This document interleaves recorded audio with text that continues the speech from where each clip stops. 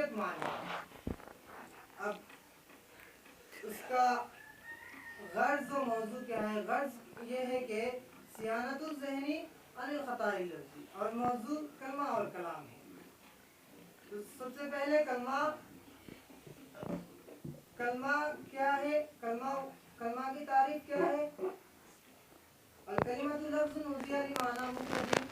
کلمہ وہ ایسا لفظ ہے جس کو وضع کیا گیا معنی مفرد کے لیے. اب کلمہ کی تعریف میں جو مفرد ہے اس کو تینوں اعراب 4 ترکیب کے ذریعہ جائز ہے. پہلی ہے مرفوع، جس کو لفظ کی صفت مان کر مفرد کو صفت ثانی مان کر، دوسرا معنی کی صفت مان کر مفرد کو مجرور، تیسرا وضع فعل کی ضمیر نائب فاعل مان کر مفرد کو منصوب ذوالحال کی بنا پر، اور چوتھا معنی شبہ فعل کی ذوالحال کی حال مان کر مفرد کو منصوب پڑھیں گے. اب کلمہ کی کتنے قسم ہیں؟ کلمہ کی 3 قسم ہیں، اسم فعل حرف. اس سے پہلے میں کلام کے بارے میں تھوڑی بات کر رہا ہوں. کلام وہ ایسا اسم ہے جو متضمن ہو دو کلموں کے ساتھ، یعنی دو کلموں کو شامل رکھے. جو اب دو کلموں اگر اضافی ہو تو وہ کلام ایسے دو کلموں کی شمولیت ہو کہ اس میں نسبت ہو، اور نسبت یہ اسنادی نسبت ہو. اگر نسبت یہ اضافی ہو تو یہ کلام متضمن یہ کلام نہیں ہوگا. اسناد کیا چیز ہے؟ اس کو جاننا ضروری ہے. اسناد نسبت احدى الكلمتين الى الاخرى بحيث تفيد المخاطب فائدة تامة. اسناد وہ ایسا اسم ہے جو دو کلموں میں سے ایک کو دوسرے کی طرف نسبت کی جائے اس حیثیت سے کہ مخاطب کو فائدہ پہنچے، ایسی فائدہ پہنچے کہ متکلم کو چپ ہو جانا صحیح ہو جائے. اب کلمہ کی جو 3 قسم ہیں اسم فعل حرف، ان میں سے میں پہلے حرف کے بارے میں بتانا چاہوں گا کہ حرف کس کو کہتے ہیں؟ اسم فعل حرف. اب اسم کس کو کہتے ہیں؟ جو خود بخود اپنے معنی ادا کرے اور اس میں زمانے کی شمولیت ہو. زمانہ شامل نہ رکھے. فعل ویسا ہی ہے جو خود اپنے معنی مستقل کرے اور اس میں زمانہ کی شمولیت ہو. اور حرف نہ خود اپنے معنی مستقل نہ ہو، بلکہ اسم یا فعل سے جب تک نہ ملے تب تک معنی ادا نہیں ہوگا. حرف کے بارے میں حرف اس طرح کا ہوتا ہے، عاملہ ہوتا ہے. عاملہ کی بھی چند حروف ہیں اور غیر عاملہ کی بھی چند حروف ہیں.